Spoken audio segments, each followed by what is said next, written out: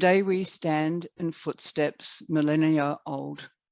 May we acknowledge the traditional owners whose cultures and customs have nurtured and continue to nurture this land since men and women awoke from the great dream. We honour the presence of these ancestors who reside in the imagination of this land and whose irrepressible spirituality flows through all creation. I acknowledge that I'm hosting this meeting from the lands of the Turrbal and Yagara peoples. I also acknowledge the traditional custodians of the various lands on which you study, work, and live today, and any First Nations peoples participating in this meeting. I pay my respects to elders, past, present, and emerging, and celebrate the diversity of First Nations peoples and their ongoing cultures and connections to the lands and waters of Australia. Hello and good evening. My name is Meredith, and on behalf of Health Workforce Queensland, I welcome the health students, organisations and speakers who have come together to be part of what promises to be a thought-provoking topic. We titled tonight's Go Rural Virtually, Closing the Disability Divide, because we recognise the important part our future health professionals can play in shaping how disability is treated. In Australia, 1 in 6 people, or 4.4 million people, are estimated to have a disability. Broadly speaking, disability is grouped as sensory and speech, intellectual, physical, psychosocial, head injury, that includes stroke or acquired brain injury, other, which loosely incorporates restrictions in everyday activities due to long-term conditions or ailments. So we want to acknowledge that not all disabilities are represented here tonight, but hope you'll take this as an opportunity to briefly step into the unique and inspiring lives of our speakers. But before we begin, a word to our audience. Go Rural Virtually is an interactive discussion. So we want to encourage you to type your questions into the chat function. And so as your questions come up, I'll pause the conversation and ask one of the speakers to respond.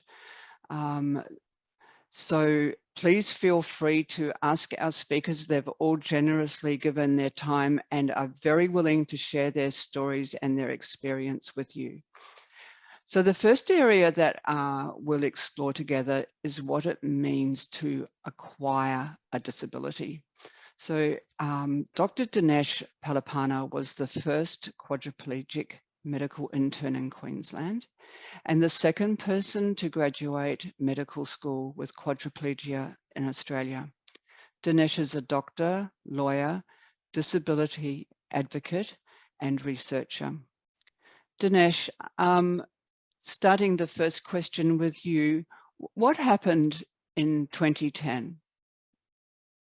Thanks for having me, Meredith. In 2010, I had a car accident. I was halfway through medical school then. I just started my 3rd year at Griffith University. And I was driving down the Gateway motorway when my car aquaplaned, and I had a car accident, and that caused a spinal cord injury. So within those seconds, my life changed forever. And you know, the thing is, I never really understood what disability really was. I never understood what a spinal cord injury was. I mean, I saw people that used a wheelchair and I saw some of these things, but I never understood the physical depth of it. You know, I never understood that people can't control their body temperature when they have a spinal cord injury and their respiratory functions affected. Like, I never thought about all that. And of course, all the social aspects of disability, like education and employment and family life. And I never really thought about any of those things until this happened. So it was a very eye-opening experience. And given that experience, why do you think we need to talk about disability? Well, 1 in 5 Australians identify with having a disability. That's a lot, 1 in 5. And particularly in healthcare, I think it's an important thing to think about, because our job is to provide healthcare for our community. And if 1 in 5 people in that community have a disability, then we need to understand that. We need to talk about it. We need to make sure we're delivering the best healthcare. Having said all that, there's also a gap. So when we look at people with disability, there's a life expectancy gap. There's a health outcomes gap. There's a gap in so many areas in the way healthcare is being delivered and experienced. And people with disability may, in some circumstances, be more likely to present to hospitals and primary care. So, you know, there's a huge need for us to have these conversations, for us to understand disability better, because that's where we can deliver high impact care. That's where it's needed. And I think there was a conversation that you had when you were an intern that was quite, I guess, demonstrates the need for these conversations. Do you want to share what that conversation was about, Dinesh? Oh, yes. Well, it was really tough for me to get into the workforce. There were a lot of difficult conversations. There were a lot of challenges. There were a lot of issues. Even going through medical school, I had some really confronting conversations with people along the way. But when I was an intern, I was in a surgical rotation, and there was a surgeon that was, you know, terrified me for a number of reasons. And I went through the rotation, and we had a chat at the end. And the surgeon said, you know, when I first heard that you were going to be our intern, I was really skeptical and I wasn't sure how it would work. And I thought, wow, I don't know how good an idea this is. And I had so many different thoughts, but he said that by the end of it, he was disappointed in himself that he thought that way, because his idea of what a doctor should look like and what a doctor is and what skills are required had changed. And this is the important thing, I think, by having more people, a more diverse range of people, people with disability, people with all sorts of diversity within medicine is important, because we give our colleagues a different perspective. We give that familiarity, but also we need to reflect that society we're meant to be serving. So I think it has so many benefits in having more diversity in the medical profession.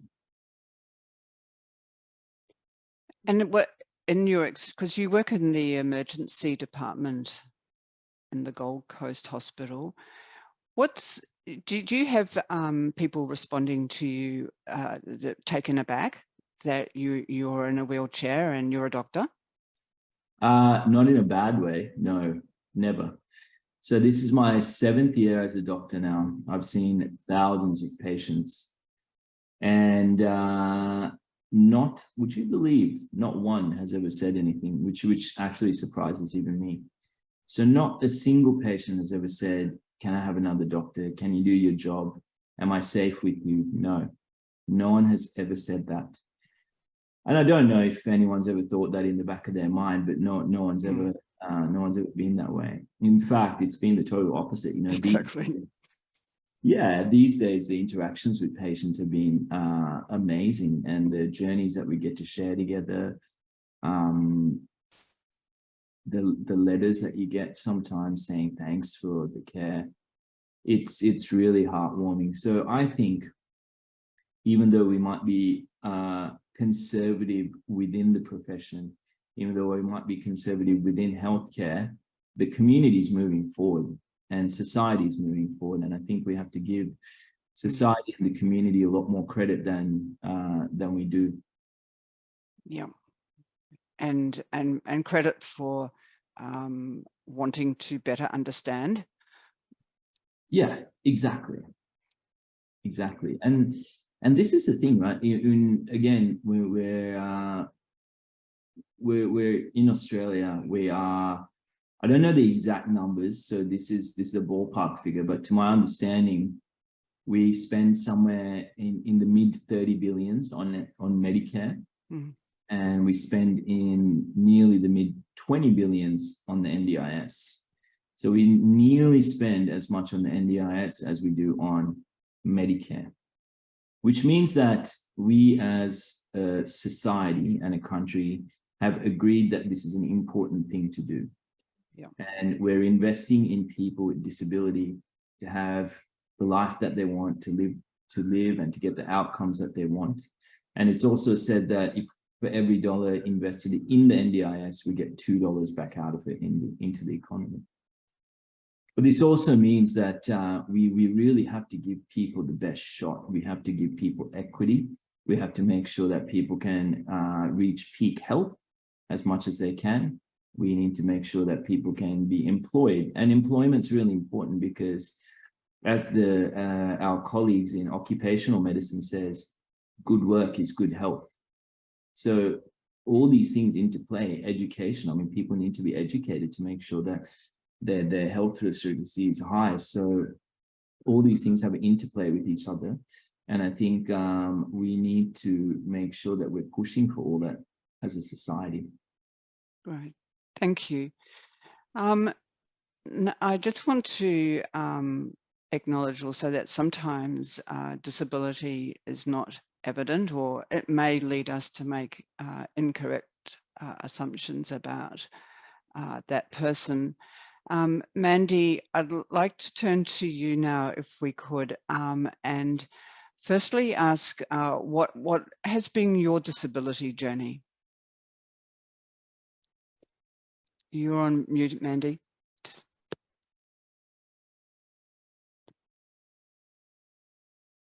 that better? Yes, you're good now. Okay, yeah, thank you.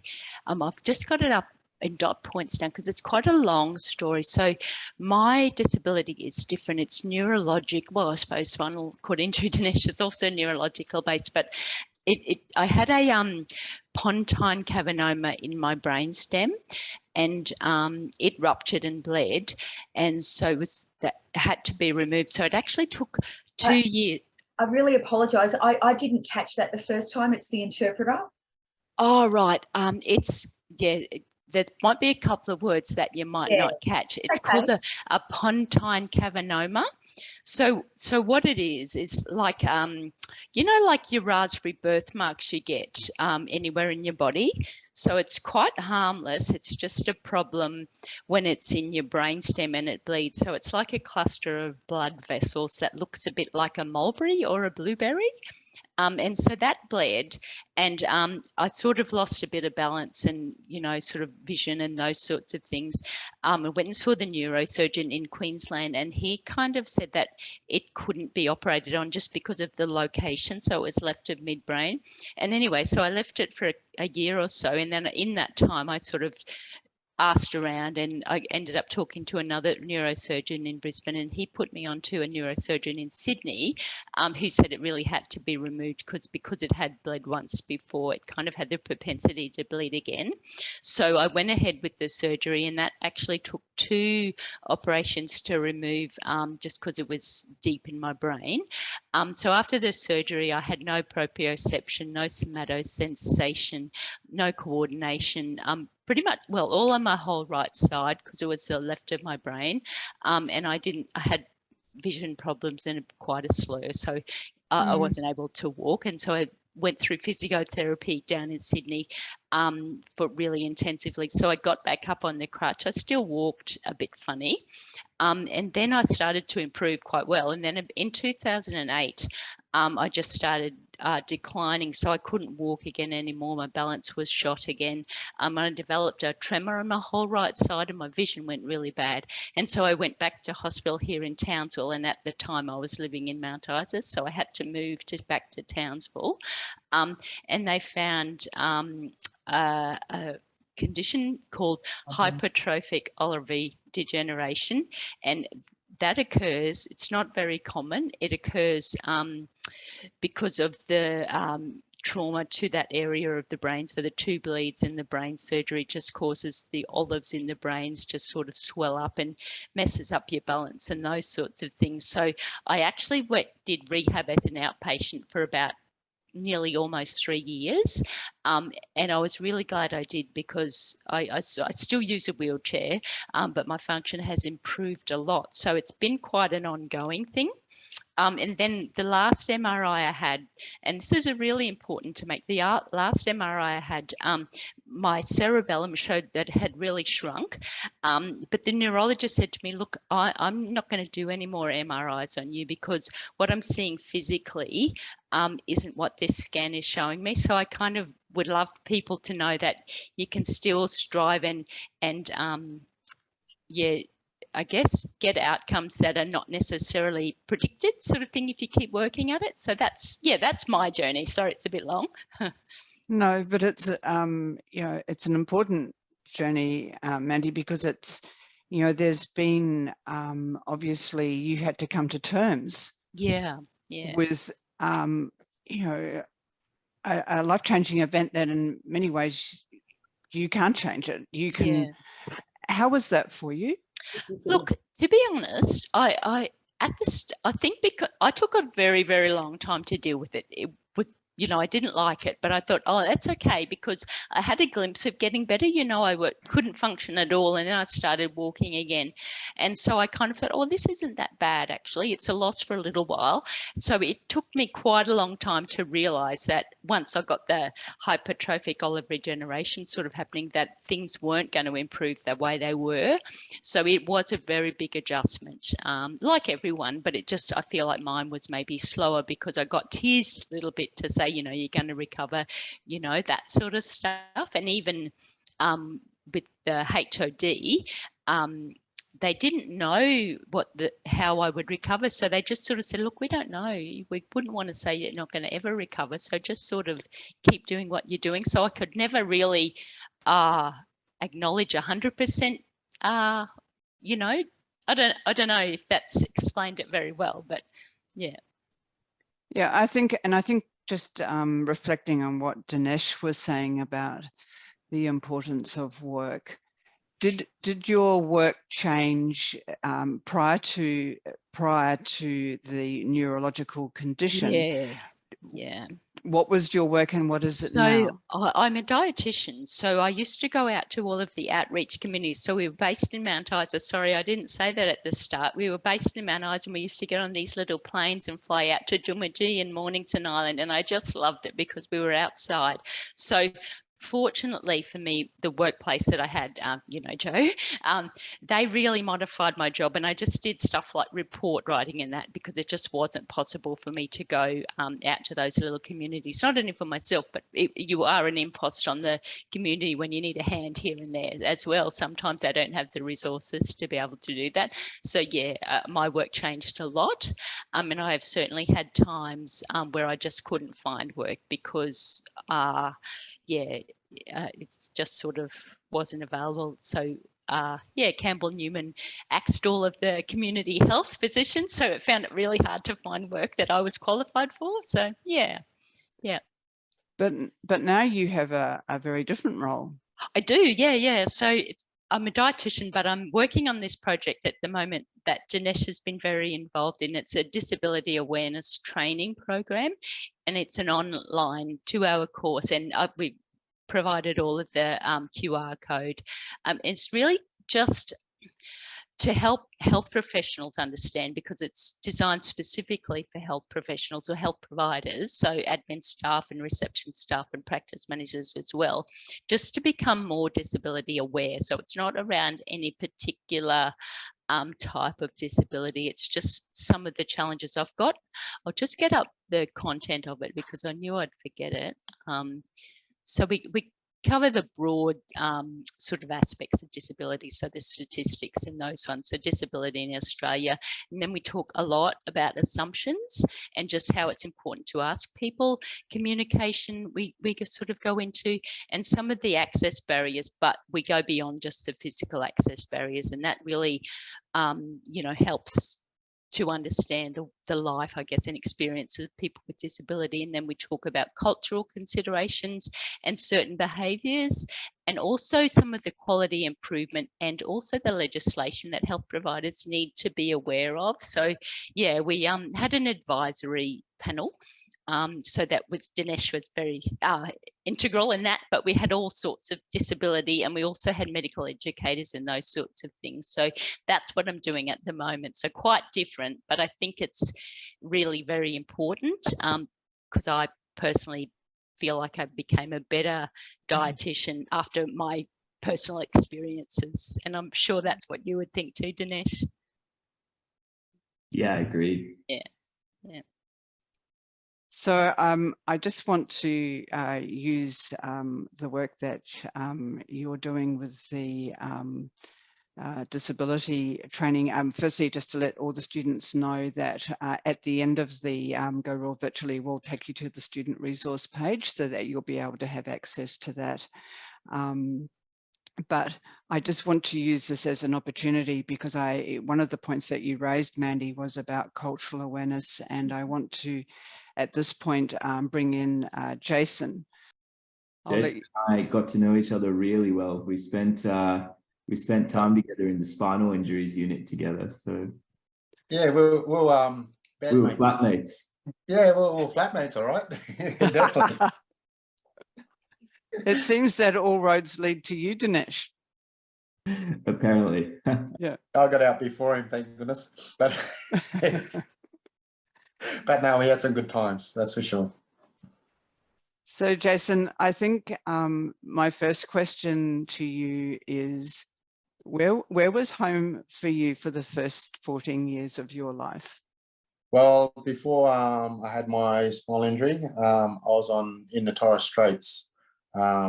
Thursday Island's the main island up there, but I was on another island called Horn Island, which is a place where you land and take off. So it's pretty much the main airport for the Torres Straits and for people to come from down south to go up as well. So, and I think you lived on a boat? Yes, majority of my life I lived on the sea. Yes. So yeah, a bit complicated in a way. When I say to people I'm not being smart, it's like I come straight from a hospital, straight onto a boat, and spent most of my life on a boat. And then we travelled to the Torres Straits, finding out with grandfather's area in a way. And we were going to the Solomons to see mum's side, but we got as far as the Torres Straits, and that's when we got land-based, and that's why I call that home, just because of family-wise and heritage and all that. But yes. So I think you lived for quite a number of years on Thursday Island, and then later, as you said, on Horn Island. And although you had many different jobs, I think you always maintained that connection with the water, with the sea. Yes, I was always around it, in it, working on it. It's just, yeah, it's just one of the things I can't get too far from the sea. I think it's just in the blood, which is, yeah, something when you're close to something and it's part of you, it's hard to get away from. Yeah. So yeah, I had my accident in 2009. I had a motor vehicle accident, rolled a car 7 times, under the influence of alcohol and medication prior to this accident. Prior to this accident, I got hit in the lower lumbar part with a bobcat bucket. So I was on some heavy medication as well during that time. And then for me to be in this accident is, yeah, a bit of peer pressure and all that as well from friends and family, wanting to drop them off at a party. And yeah, I dropped them off. I took my meds and all that, and I thought I'll be fine. And pretty much 50 meters from the place I was leaving, I blacked out. The medication, everything kicked in at the wrong time. And yeah, so that's how I end up having my injury. So being in a remote area, it's very hard up there, because what they had to do is, when they did find me, because I was in a lot of different roles and different jobs. So, you know, I was with SES, Rural Fire. So pretty much the people that come and help me out were pretty much the people I used to work with as well. So it was hard for them as well. Yeah. So they medevac me from Horn Island to Thursday Island, where they sedated me, pretty much settled me down just to get me body sort of back down to the flying doctors come in. And then they had to medevac me from pretty much another helicopter trip back to Horn Island and down to Townsville. Townsville didn't know what to do with me at that stage. They're like, no, he's far gone. I was on life support at that time.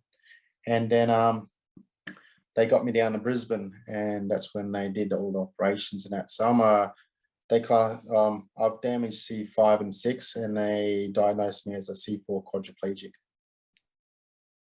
So that essentially means that you broke your neck. Broke my neck, yes. Yeah. Fourth disc down from the base of your skull.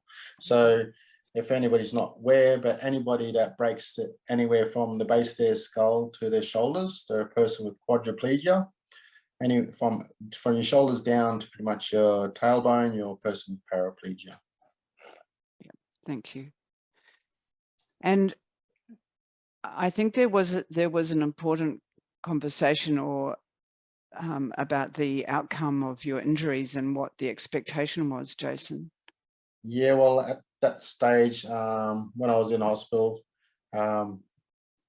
the work really started when I was in the spinal unit. That's when everything sort of hit home for me, and also to realize what actually, what's going on. I couldn't move anything from my neck down. So, I could move my eyes. We're communicating through, I couldn't talk.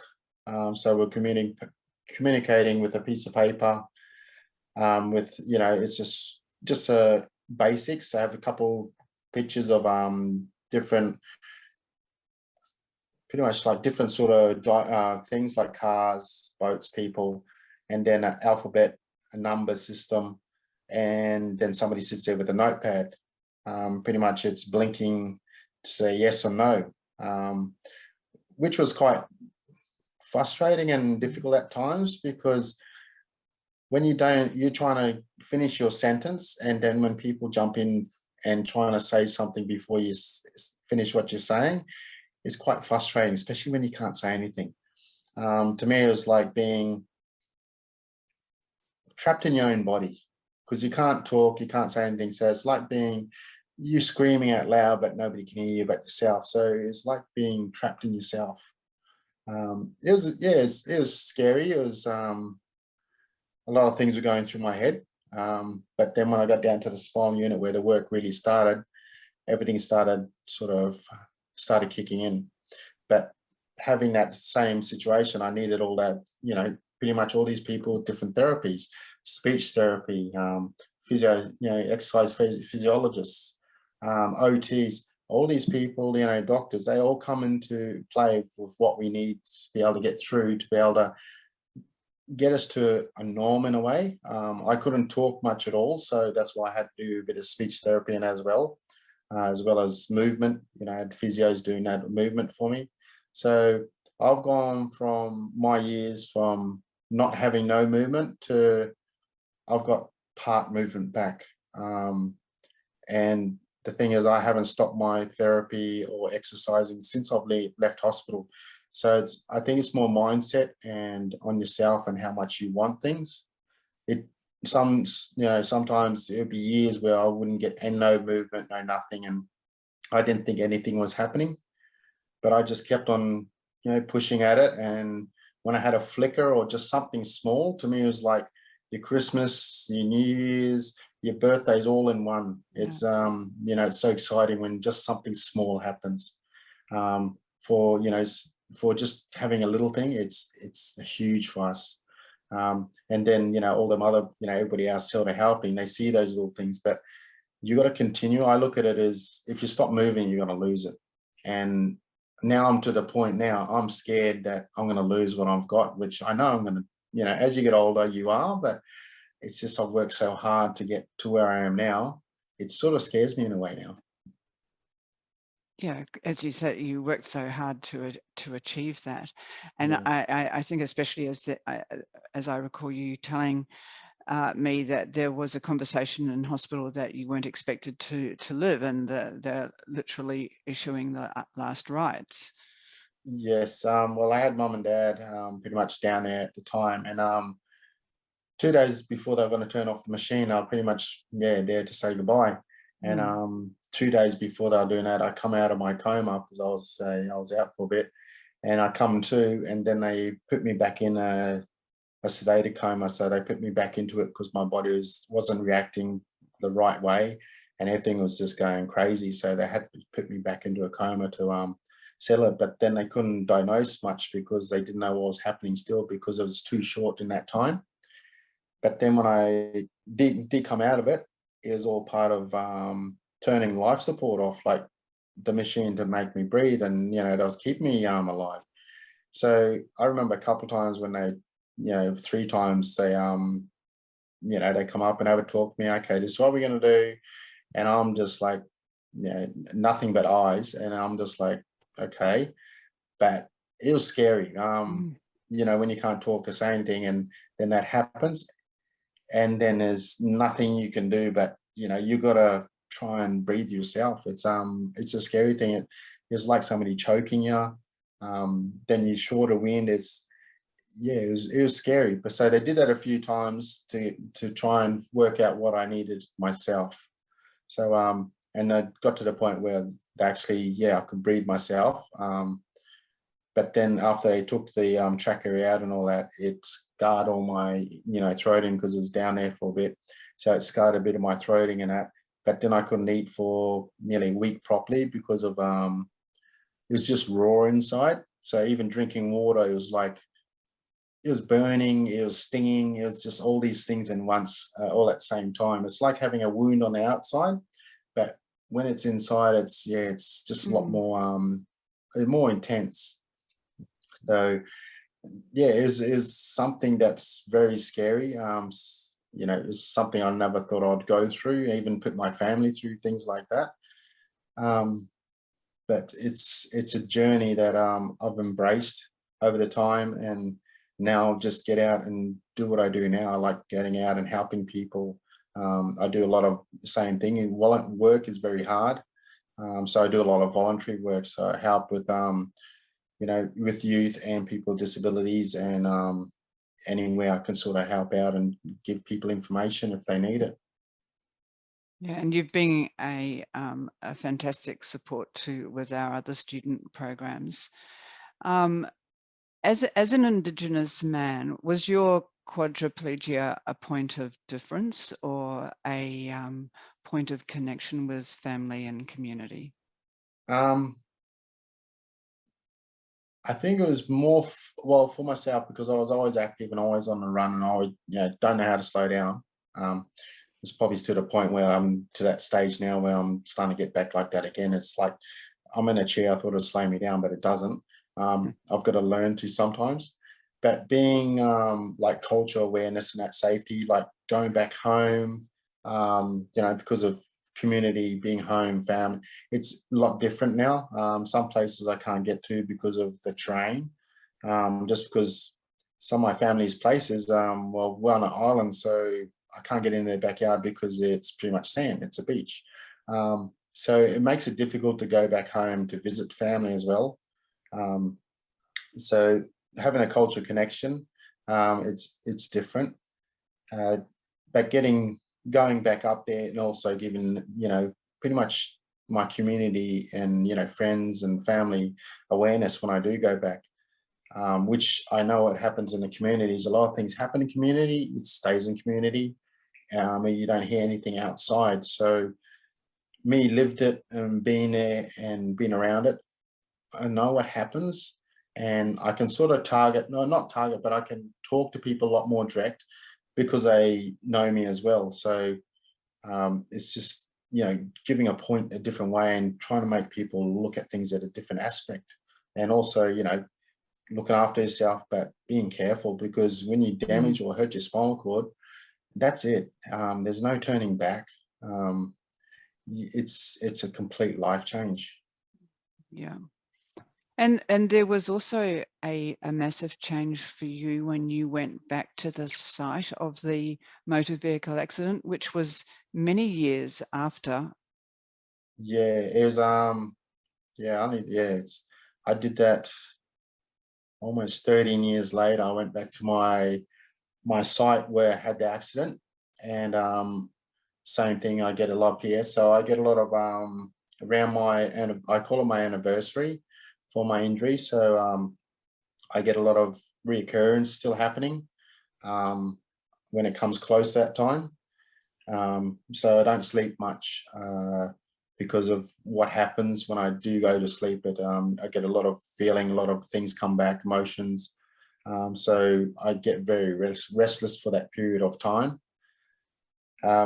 But being back at that site, I just, I had to do it one day, and I didn't, it's just a time, and yourself, like ourselves, we know when to do it. It's just like, okay, I've got to do this. So I went back, pretty much booked my ticket a day before, and just went back home. Booked myself in the motel and seen the manager there, and I said, look, I need to hire a car. So explained to them, but then because of where it was near the airport, I had to see, when I landed, I had to see the airport security and make sure everything was right with them, seen emails to them as well, so they knew who was there, what was happening, what was going on, because it's in a secured area.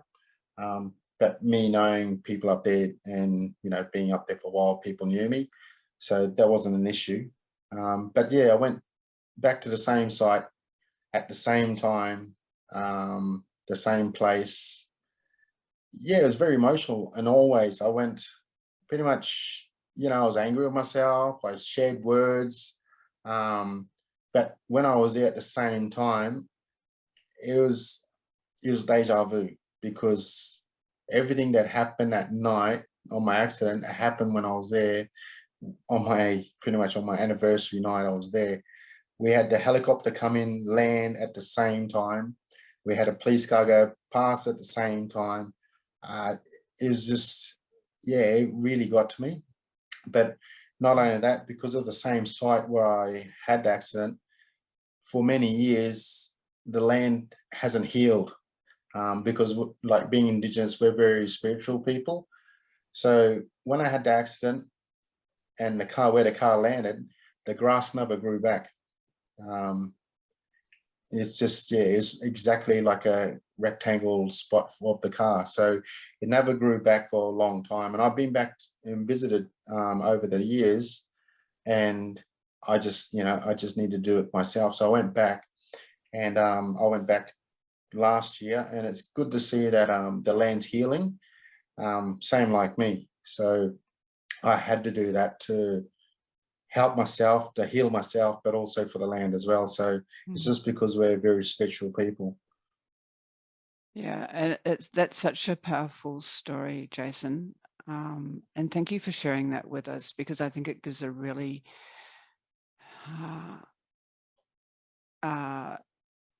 in-depth, like you actually experience what you're talking, the words that you were saying. So thank you. You're welcome. Yeah. So yeah, and then going back to remote areas, it's difficult. The reason I sort of chose Cairns instead of going back home, because it's halfway. It's only because I can, family come up here, I can travel back up there, but it's because of medical. When you go to remote areas, medical is very hard. To get most things, even specialists, you got to, you pretty much got to leave home to come back down south to see specialists. Physios, I can, here in Cairns, I can see physio every week. Once a week, I go and see my physio. If I went back home, they got limited amount of physios, probably maximum of 2. And then they do all the out islands, which is 17 islands in the Torres Strait, which have got communities. Then they got the Cape as well. So they travel to see different people on the islands in the Cape. So out of that month, I might see them once. So therapy wise, it's hard and difficult, and specialists. So that's why I relocated for myself, even though, I want to be home.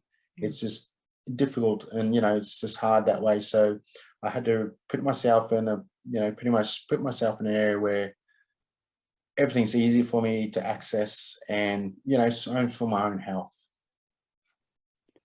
So I think this might be a good point to change location, and we'll virtually move to Longreach, where Leanne Kohler lives with her son Jacob. And we'll also just change perspective slightly, because to discuss parenting and disability. Leanne, your son Jacob was born with Down syndrome. Just to start our conversation with you, can you just give the students a bit of an overview of what that means, please? Sure. So Jacob learns slower than everybody else. He will reach his milestones much later than everybody else. So from the moment Jacob was born, well, 6 months after he was born, we started baby boot camp. I used to call it, because it was speech therapy and occupational therapy, and we used to do it at home. We got trained by medical people how to do things, and we used to do it in our own home with Jacob morning and night to try and give him the strength that he needed to be able to roll over, sit up, and all the general things that, you know, when you celebrate a child's milestones, you know, they're up, they're crawling, and there's this fanfare. Sometimes you're doing that 2 years later. But we know, Simon and I know just how hard Jacob has had to work to reach that milestone. So we do celebrate it in a big way, because we know how much it took him to do that.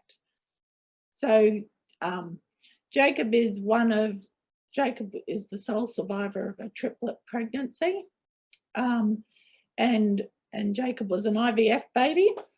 And it was interesting, because right at the start we paid money to pick up if there were any abnormal genes or any anomalies before, you know, with the eggs, before we went down the IVF path, and we had no issues.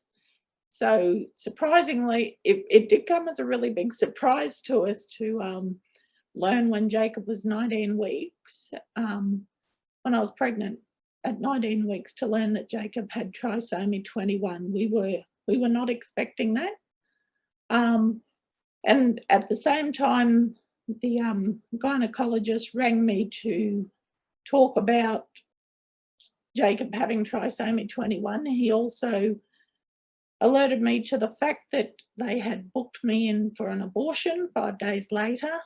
And I was pretty surprised by that, taken aback. I hadn't even got to digest the information, let alone, and I hadn't done any homework into what trisomy 21 was really about. So I just felt there was a real disjoint between the clinical side. It became very obvious to me that this was business. And I later found out that 90% of women who get this diagnosis have abortions. And it made me wonder if it was just the whole, because they get booked in for the abortion, at the same time they get told about the diagnosis, that, you know, they haven't had time to even digest and think things through before they've gone and made a decision that they may or may not regret later. So we had, once we got the diagnosis, we read everything that we could. We Googled it, we spoke to people, we went to Down Syndrome Australia. We did everything we could to become knowledgeable on the subject, knowing that Jacob could have any number of 160 different issues. What was reassuring in all our research was that they said no one child would have all 160 issues. So we were immediately relieved. But yeah, it was just a, so when And you know, that whole private moment when you're giving birth, where there's usually the husband, the nurse, the midwife, maybe the doctor if he's made it on time. It really wasn't like that for us. We had the heart specialist, we had the fetal analyst, we had the gynecologist, we had so many people.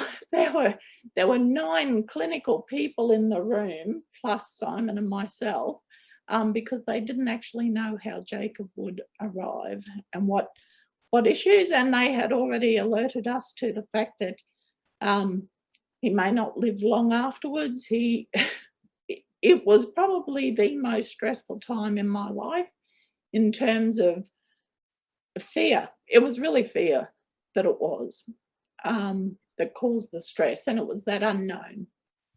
So yes. Yeah, that's a massive journey even before, you know, his life started, Leanne. Yeah, it was, Meredith, and I think people just don't understand. Like, I think when you've got a medical background, you know things that the everyday person doesn't know. So for us, what we're seeing is, you know, what I went through. I can remember the doctors saying, mother is anxious. Well, mother is anxious because she doesn't know what to expect, even if you do. But they disassociate themselves from, I felt there was just this, there was empathy, but there was so much clinical distance that to have just a down-to-earth conversation about what this could mean and what's the worst possible scenario, it was just out of the question. It was not an approachable subject, and they did tell me, they rang me 3 days after they'd initially told me the news to let me know that I needed to make a decision, because for every week that I continued with the pregnancy, the abortion would cost more, which just outraged me, because I just felt an enormous amount of pressure to actually terminate the pregnancy. Yeah. Jacob is now 11. Certainly every day we are so pleased we didn't go through with that. But I thought trisomy 21 was probably one of the better disabilities a child could have or a person could have. But the amount of ignorance that's out in the community about it, you know, I came home to my hometown and it's very different. People, when a baby's born, people have various ways of, if the baby is healthy and dare I say normal, there's this level of flowers and gifts and all the rest of it. When a baby comes with a disability, it's a bit of a, oh, what do we do? There's confusion in a small community about what needs to happen. And for many people, because they don't know, they choose to do nothing, which speaks volumes. As a parent, it speaks volumes. And you'll be standing at the counter of your local supermarket and they'll say, so we heard, but what's wrong with your kid? Or do you know there's a pill that can fix that? There is just so much misinformation and myths out there regarding disability that it's sometimes you've got to step back and actually allow yourself to understand that these people haven't, you know, they just don't know. So yes, it's interesting.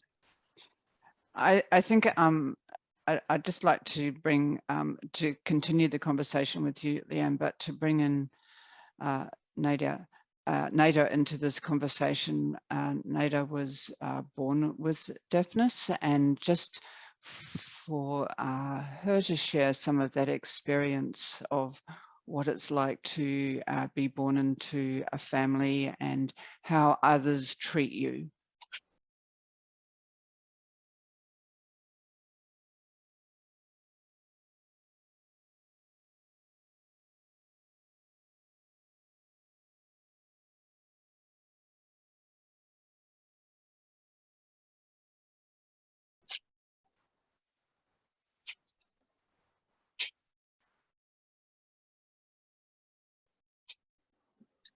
Okay, talking about my lived experience, sure. I was born deaf.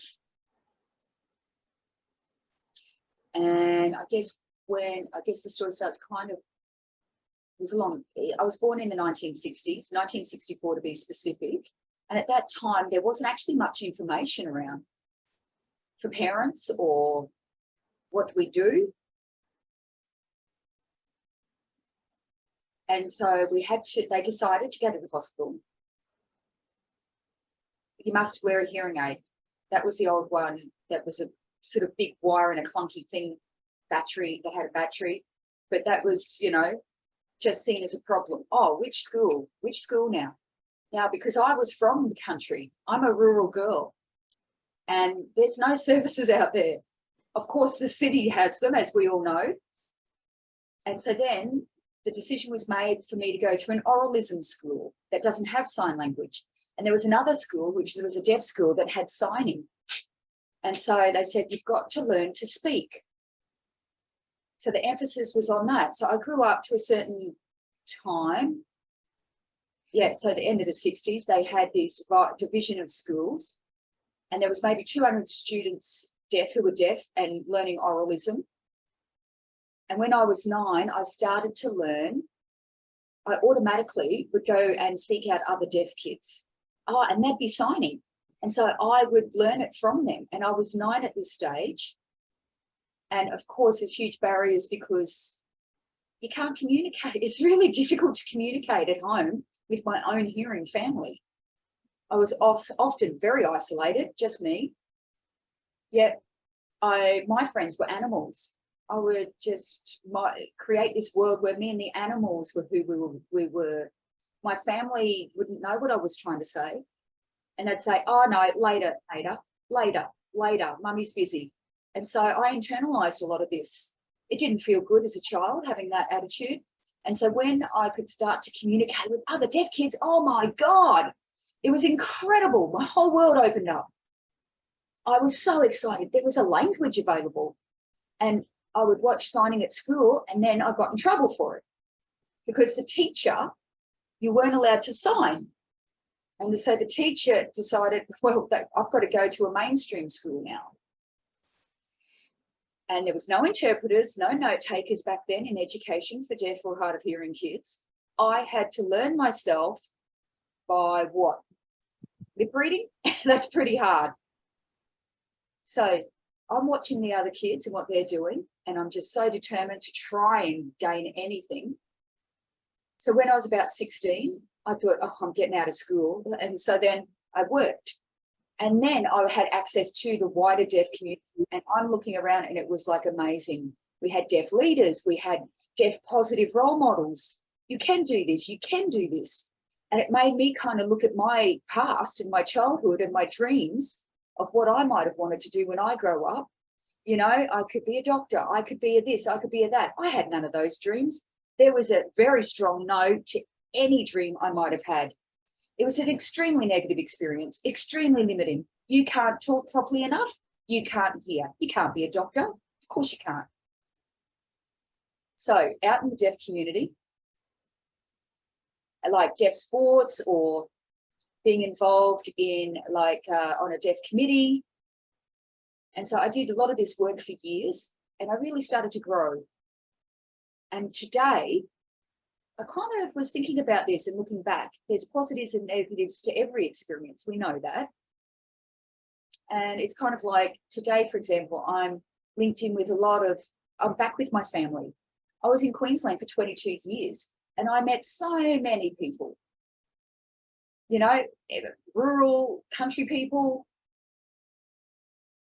And there's not great services or access to a lot of rural country areas, which is a shame. And parents think what's amazing for children sometimes isn't. It doesn't allow them to grow and aspire. I'll give you an example. Like if a child is closed off and isolated, like in a room, for example, they need to get out there more. They need to get out and mix. They need to be around other deaf or hard of hearing kids or people in the community. They need each other. They really need each other. They need role models as well. Now, when I look, because I've worked in a high school for about, for a number of years, about 5 years or something, 20 sort of odd children, and developing communication skills and literacy skills. And they had an interpreter, and they had teacher aides and teachers doing smaller one-on-one work, so they could try and get their literacy skills up. And I think, wow, that's amazing compared to my time. I had to do it all myself. If I could only do it again, with what's provided now, maybe I would have been a doctor. But yeah, what do we do with I do work with people with disabilities. That's my job, and I've been doing that for a long time. Maybe they're deaf with other disabilities, like perhaps they're on the ASD spectrum.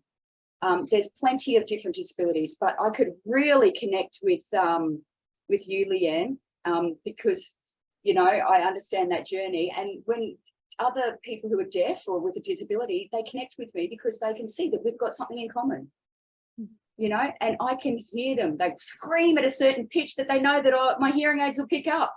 Everyone's staring. And of course, I think it's hilarious and it's beautiful, you know, and you've got to choose these people.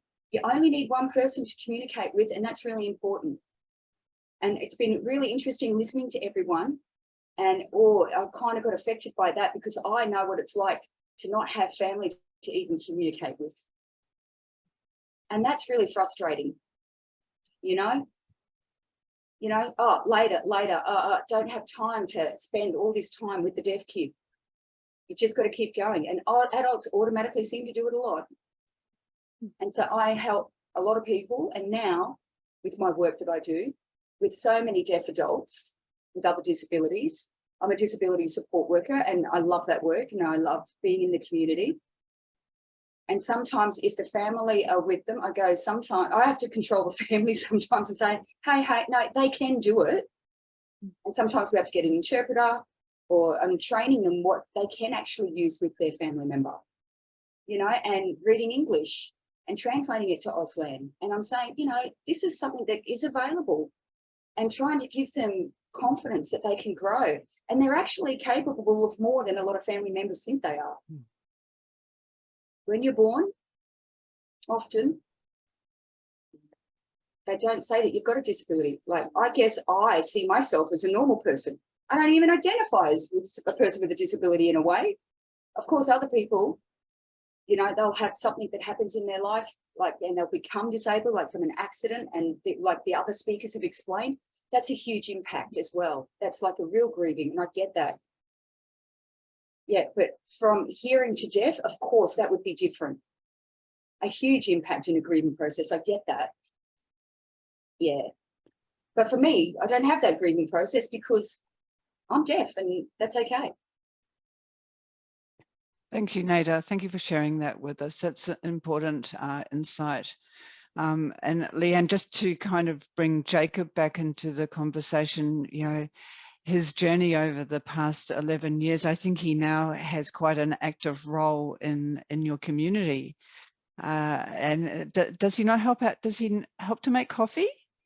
He doesn't help to make coffee. He comes down to the diner. So we bought a diner. We bought a cafe, a local cafe in town, because I was really I was so hung up on making sure Jacob still had engagement in the community and was still part of the community and was able to get up and go to work and have a life of purpose and meaning, that I actually went and bought a cafe, not knowing too much else about the business other than I like to eat myself, and I was a reasonable cook. And I thought, how hard can it be? So I bought a cafe with the idea that Jacob would join me later.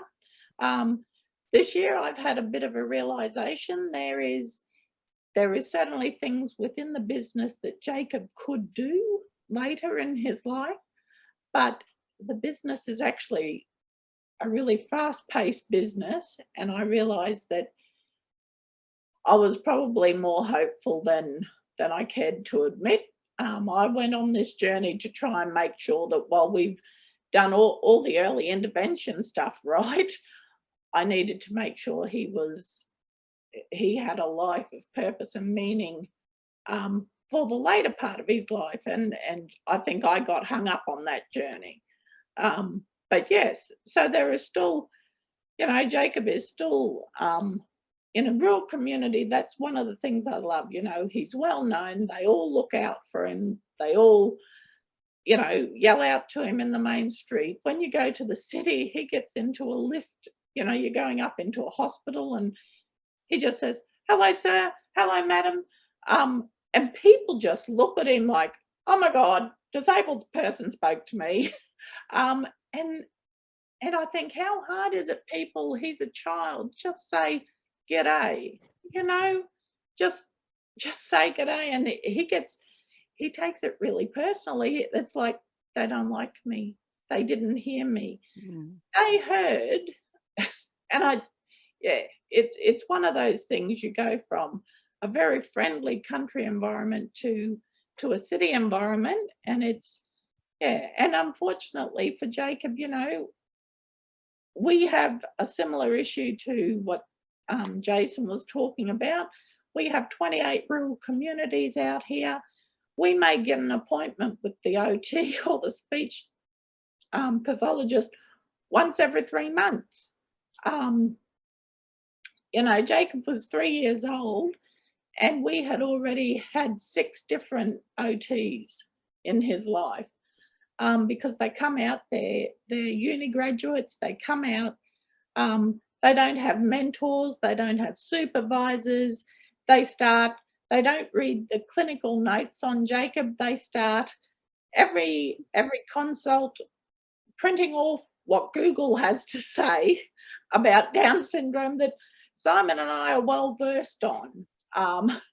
So we used to just say, we have made a decision that we weren't bringing Exhibit A to be the guinea pig, because it actually wasted our time and wasted Jacob's time. So Simon and I took a really intensive speech pathology course to give Jacob strategies for the first 5 years of his life, and that's what we did. We went away. My family came in and looked after Jacob, and we went away and we learned how to do this. And we came back and we started ourselves. And I laugh because they used to always tell us that Makaton was universal sign language. And I couldn't tell you how many ambulances or emergency rooms or intensive care units that we've been in, and nobody can speak Makaton. They're asking the child where his pain is. He's signing, and nobody could understand what he was saying. Yeah. So yes. And Leanne, I think this might be a good opportunity to bring Esther into the conversation. Esther lives in Claremont, so we're really kind of crisscrossing all over Queensland tonight. Esther is became legally blind when at the age of 19, but she's also a maths and English teacher and has a son of her own, Hugo. Esther, do you want to just take us through a bit of your journey into what happened for you? And then it would be great to hear about Hugo and your journey with him. Sure. So I seem to be a collector of things. So the first thing that I collected was poor vision. So during school, they thought that I was dyslexic because I was really slow at reading, and also thought I was a bit of a klutz because I kept bashing into things. When I had to sit my first lot of exams, I had to go and get tested by an educational psychologist to prove that I was dyslexic to get the extra time in the exam. The educational psychologist did one test and turned around and went, "You guys know she can't see, right?" And it hadn't even occurred to them. So I had been losing my eyesight since I was quite young, but it was in when I was about 19, 20, I had my first relapse. So I was coming out of third year of university, coming out of lecture theatre, and I just collapsed. My body just stopped working. They thought it was a stroke, or they thought that I had multiple sclerosis. Apparently I don't have enough dead spots to have MS. I didn't know that I had to collect more of those, so I'll be working on that one maybe. So I didn't get my first cane until I was about 19 years old. So I went from having a disability that was hidden to having a very obvious disability, because I was the one who walked around with the white stick. Which, when you spent the first like 2 years at uni going out and hanging out with friends and doing all the things that you're probably not supposed to do but you do at university, suddenly I came back after for my final year of university, and I had my cane. My eyesight, as far as like from my perspective, my eyesight had been deteriorating for years. The cane was just because I then had lost my 3D and my depth perception. So for me, the cane was just a natural extension of what was going to be happening. For everybody around me, I stopped getting invited to anything. The people who I thought were my friends would stop talking to me. Nobody knew how to interact with me anymore. For me, nothing had really changed other than the fact I had a cane. But it was a whole different ball game. Suddenly, I would go up to somebody and I'd ask them a question, and they would look to see if there was someone with me. If there was, they would tell that person the answer to the question I had, which I find a little bit funny now, because being blind, my hearing is great. No problems there. So if I ask a question, please feel free to tell me the answer. But it's just how people interacted with me had completely changed, and in such a short space of time as well. Just the addition of a white cane, and I was a completely different person. I kind of carried on, muddled through, went through the whole grieving process, especially the fact that I knew that I was never going to drive. And at the time, you know, driving was such a big part of everyone's lives, or, you know, I'm just going to go and pick this up, I'm going to go do this. I had to walk everywhere. I got very good at walking. I was also at my university, I was the first person to go through my university who could no longer read print. So my university had no idea what to do with me. When I had my first relapse, I was paralyzed down the right side of my body for a month. And it took a lot of intensive work to get me moving again. Because the muscles down the right side of my body don't work properly, that includes the muscles in my spine. So I suffered a L1S5 prolapse, which shredded the top of my sciatic nerve. And so I never really regained full functionality of everything. I have fun things like I can pick up a boiling hot pan and not feel it. I have no like reflexes in my leg on the right side. So seeing as I'm talking to medical students, okay, I was the guinea pig that you all came into to hit on the knee multiple times because you had to decide whether or not I had a reflex and I didn't. Yay, I had several bruises. I'm glad that you learned something. So that was sort of how I came into, like, how I developed my disability.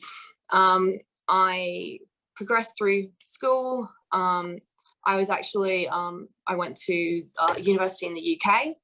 When I graduated, because I had a music and a education degree, I graduated and assumed that I would go and get a job teaching. According to the work health and safety, because I was a primary teacher originally, I no longer counted as an adult in the student to teacher ratio, which means to employ me as a teacher, you had to employ a TA to watch me and a TA to watch my class. The students have never had a problem with my vision. not one. The parents found it very difficult to accept that there may be a teacher who is blind teaching their students. And in the UK, they determined that it was easier to have me sitting at home than it was to try and keep me employed. And I was classed as medically unfit to work. They wanted me to sit at home and essentially wait for doctor's appointments and OTs and physios and all the fun stuff, which I decided was not what I was going to do. So I came back home to Australia, back to Queensland, because Queenslander born and bred, and I retrained as an English as a second language teacher because they don't have the same restrictions to adults as they do to students, as children. So I had a career as a ESL teacher. It was interesting, the different nationalities that understand the cane and those that don't. I found in particular European students knew what the cane was. Asian students didn't. So my European students will tell my Asian students that the cane is for discipline. And it took me a long time to work out why all of my Asian students were so nice to me. After a career sort of doing the ESL and stuff, I got into aviation. So blind person in aviation, you're welcome. I was not flying anything. My job was to train international pilots in aviation communication and aerodynamics. Did that for a bit, just to scare everybody that a blind person might be working in aviation. Then I decided that it was time to go back into the classroom, and so I took a job. Well, I actually had two possible options. I completed my master's in education, and then I had two avenues I could go down. I had been offered a job as an airline's aviation English expert, an overseas airline, who I will not mention. But and then I got then I could also go down, say, teaching and get back into the classroom. The job overseas, I got all the way through. I'd gone over there, they'd interviewed me, they'd seen that I had a cane, I'd gone, talked to all of their doctors, done all of those things. My contract was sent up to the CEO, who probably would have never, ever met me. And his response was, "We don't employ disabled people." And that was the end of that. So I went out and decided that, no, this was obviously a sign that my calling was back in schools, and I came out to Claremont, Queensland, where I teach maths and English. So I teach the subjects you can't escape. And the kids have always been my biggest advocates. If anyone even mentions the idea that I can't do something, I don't need to do anything or say anything. The students will pull them up on that themselves, which is really, really lovely. And kind of like what we were saying before with small communities, this community has just embraced me. I think I've walked to the shops once, and now I leave I leave the house, I start walking, and there's a car almost immediately will pull up and be like, "Hey, where are you going? I'll have to give you a lift." I can't remember the last time I actually walked to the shops, which is probably not a great thing, but that sort of gives you an idea. Like, the community just sort of went, you know what, you're part of us, you're one of us. And it's just been incredible. However, it is true, we do not have the services out here. And for myself, I was pretty stable. I knew like what I could and couldn't do, and I knew my way around a cane and stuff. It's like I no longer saw myself as disabled. So I got married. I got pregnant, which was amazing in itself, because part of having any sort of autoimmune disorder, which is what they think I have, it means that your chances of conceiving and your chances of carrying to term are very low. So the fact that my husband and I conceived on the first go was sort of like high five. That's pretty special.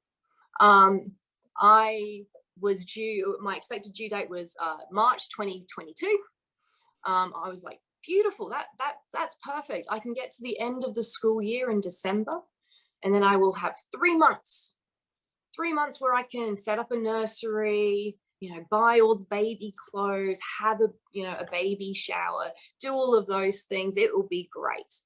I was told probably at 22 weeks, that the fetus was very, very small. And it wasn't improving. So we were sort of waiting to see my 25-week scan to determine what we were going to do. And it decided on my 25th week that it would rain for the first time in 3 years here in Claremont.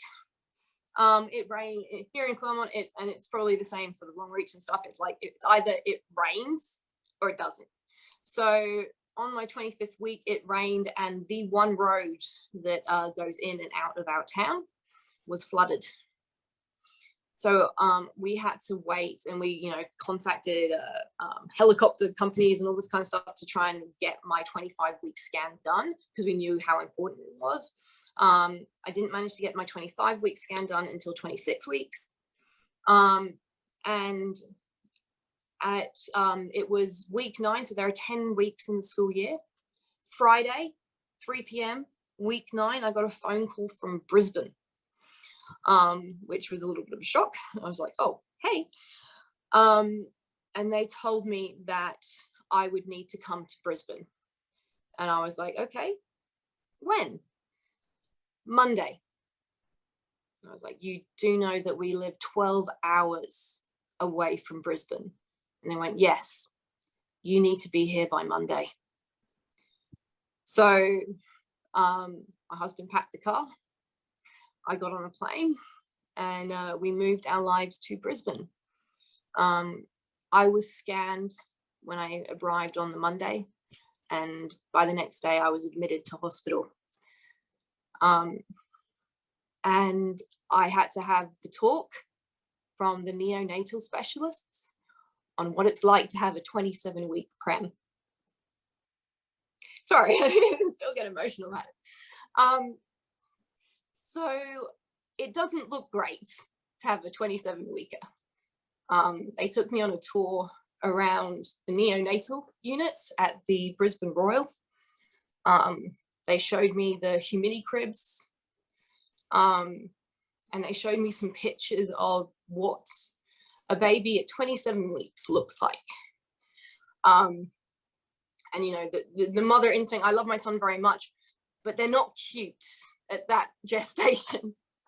So I was admitted to hospital, put on very strict bed rest, and given weekly shots of steroids. We managed to get him to 29 weeks. So not quite the 30 we were hoping for, but pretty close. I think there was a miscommunication, because we were hoping for 30, and obviously Hugo heard the 30 and decided to be born on the 30th of December 2021. So he was born 3 months prem. And he was born, and he weighed 807 grams. At a week old, he was 26 centimeters from top to toe. And he spent the next 3 months of his life in the neonatal unit at the Brisbane Royal, in the intensive care unit. He was, and I had to go in because of how prem he was. I had to go in for a C-section, and there were about, I feel your pain for my delivery. I was unconscious for it, so I didn't need to see anything. But there was about, I think it was like 20 different people in the delivery room, because each team is responsible for different parts of the delivery. And I'm really upset. My husband got to see this, but I didn't. So when they're born that prem, they don't have skin yet. So they get put in a plastic bag. My imagining is like a Coles chicken bag, to protect their skin. I'm really upset I didn't get to see that myself. My husband took a photo. It was weird. So next 3 years, 3 months in the intensive care, and then 1 month in the special care unit. Hugo was discharged on oxygen still. having neonatal lung disease. So it took us in total 7 months before we could actually go home. In that 7 months, I had to fight to be allowed to go back rural. The amount of health professionals that kept asking me, is this the best decision for your family and for your son? My community is the most accepting of me and my disability. The support from them, for me, that far outweighed the support, the professional medical support that I would get if we moved to the city. Because it's so true when we talk about the difference between city and rural. Like in the city, I hardly anybody actually will speak to my face. I've had people shout things at me. It's really, inventive things like, hey, blindy, which, yeah. I've had an incident where someone in a lift and she came right up to my face, because when you're blind, people assume you don't have eyes. I have them, they just don't work.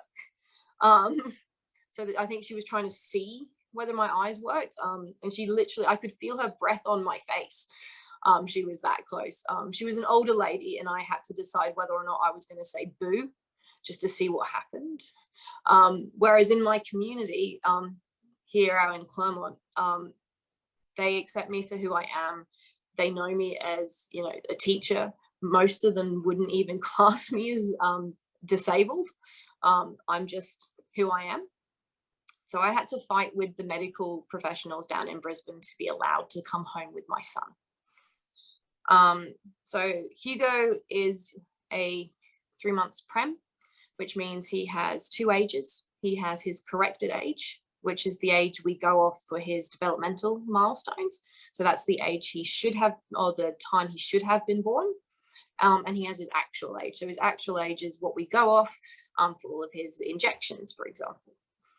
He has these 2 ages up until the age of 2.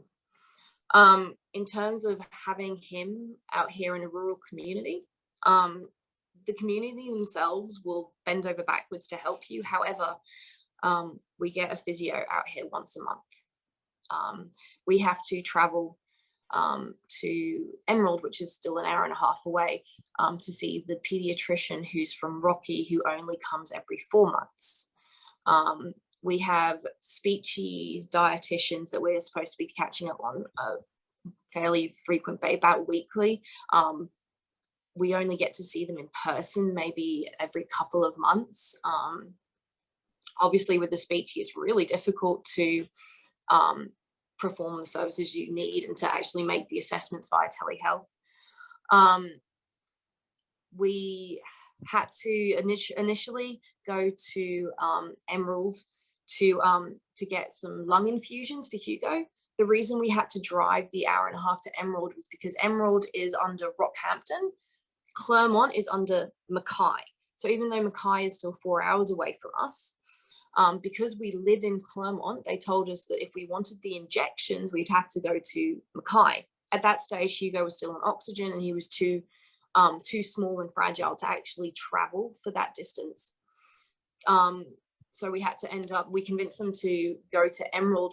The reason that Emerald wouldn't deliver the injection to our hospital here in Claremont was purely because Rockhampton and Mackay didn't want to talk to each other. So the execs just refused to work together. And it's been the same thing with, so Mackay initially refused Hugo any allied health services purely because our pediatrician was from Rockhampton, because Rockhampton did outreach to Emerald. Mackay does not do outreach to Claremont. So that's the reason we ended up having to go be discharged to the pediatrician in Rocky. However, Mackay do outreach to Claremont for allied health. So we wanted to use their allied health services because it meant we could actually see someone in person. And I had to fight, and I had to get our local member of parliament involved before the 2 health services would actually allow us to use both of their services. Esther, I might, sorry to interrupt you there. I'm just mindful that we're just coming towards the end of the session, and you know, I just want to end, if I could, with just going around the room and asking everybody for a last thought.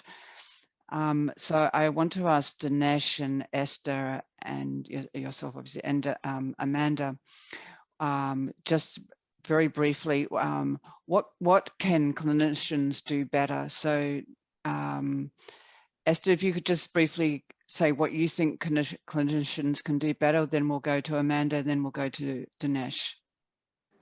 Come out rural and accept that the people who live out rural, we want to stay here because we love it. So help us stay. Yeah, I think clinicians can probably just ask the person, because there's so much variety in disability and the types of disability. So, and even within that one disability, there is a lot of variation. So I just feel like ask the individual, and then they will get more insight into that individual's life. That's probably what I think I've learned the most. So, yeah. Thanks, Mandy. Dinesh. Yeah, I always say this.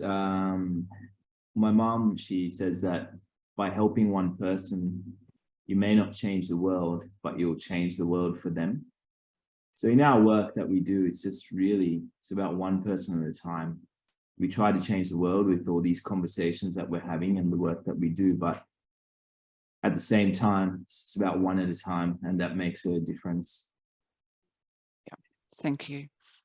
And the question that I'd like to ask both Jason. If I can interject.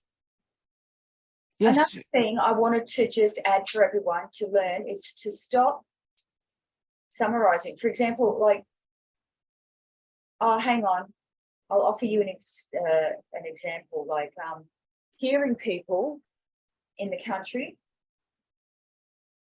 say, oh, no, you don't need an interpreter. No, you'll be okay. You don't need an interpreter. But we need an interpreter. And you have to arrange that. Some people go, oh, no, we'll arrange an interpreter tomorrow. But we need an interpreter now. Why do you put it off? We don't understand anything. You're giving us all these appointments.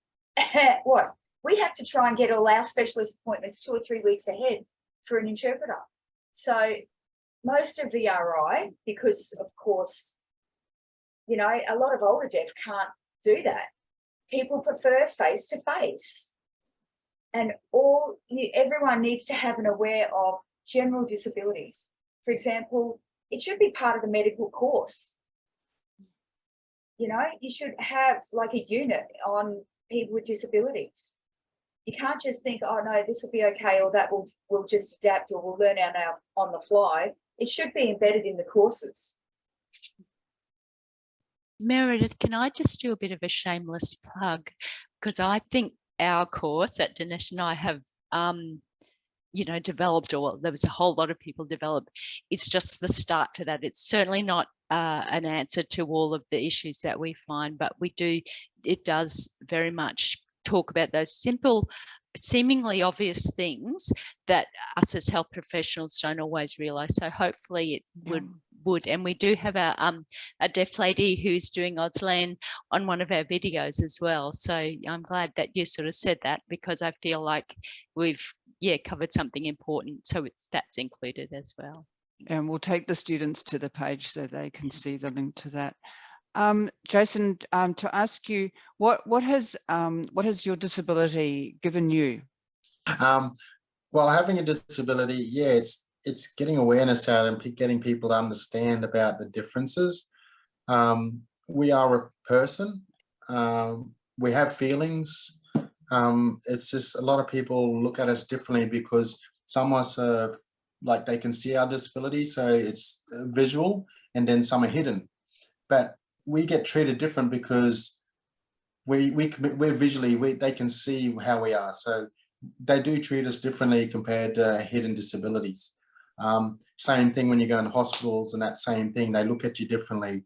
They don't listen to us at times. Sometimes I've got to explain to, medical staff about, because I also have automatic dysaffexia, you know, I've got to explain that to a doctor, what automatic dysreflexia is all about. And I'm like, well, have you checked my file before you even come and see me? And he's like, "I'll give us a minute." So, you know, he's come up and seen me and he hasn't done his homework on finding out what's going on. I've been hooked up to machines where, you know, they thought I was having a seizure, but I was having, you know, I was having spasms, and I get them pretty bad. So the whole system, it's just more of us getting out there and giving people information, as long as they ask and we can help. It's just, they got to understand that they got to read the files. They got to get and find out a bit more information before they actually come up and say, "Oh, you know, instead of being a number, we're a person." And that's why I find a lot of the system, we get rushed in and out because, you know, having a disability, they just want us out. I find it in hospital, they don't want to keep me in there most of the time because, you know, to me, it's like when I go to hospital and I do spend time in the hospital, which I don't like to, but when I'm bad and I need to be, they put me at the back of the whole ward, where I'm in a bed, in a room all by myself, right down the back of the whole ward. It's like I've been forgotten. And then I don't get medically staffed. The only time they come down is when I buzz them. It's really difficult at times. And that's why, you know, we spent a lot of time in hospital at the start from our injury, but now we don't sort of like go in hospitals. I avoid hospitals and the medical system as much as I can because of that. It's just because, it's just not enough outcome for them to understand. And also about spinal, about, you know, anybody's sort of disability, about finding out first, and even just coming quizzing that person, asking them about things, you know, how you feeling or what's going on, and then going back and doing what they need to do. But yeah, I find it difficult and frustrating sometimes. Yeah. I hope that tonight in some way, in part, has gone towards helping for people to move past that. And for myself, also, being Indigenous, it's a language barrier, because a lot of us Indigenous will look at people, but sometimes won't look at it in the eyes. It's not disrespectful. It's just our culture way is, you know, we don't look at certain people. We don't look at ladies in the eyes. It's just our culture thing, but also language barrier. English to most Indigenous is a third language. You know, we've got our native tongue, then we've got our normal, you know, language talk around the house. Then, you know, then English comes in later on. So trying to teach, you know, trying to explain the things is keeping things very basic and simple. Pretty much, how can I say, breaking it down for dummies to understand. Because a lot of us are, like, we like to understand, but also if you can't communicate with somebody Indigenous, it's getting somebody like an interpreter that's got that background. So they'll use them and talk through them and won't talk to that person direct. So there's different ways of doing it. Even visual is more like having pictures and stuff like that. But just making it simple and basic, because a lot of words we don't understand, we don't know. Exactly. So it's just keeping it simple. Yeah. That's right. Nada, so the question that I'd like to ask you, well, actually, I'll reframe that. What would you like to say to the students? When you communicate with a deaf person, please make sure you're looking straight at them with eye contact for a start. Don't look around to the interpreter. Just as our previous speaker said, it feels awful. Like I'm a subhuman. If you talk to me, the actual patient, I feel like a human. You know, some doctors, they automatically talk to the interpreter.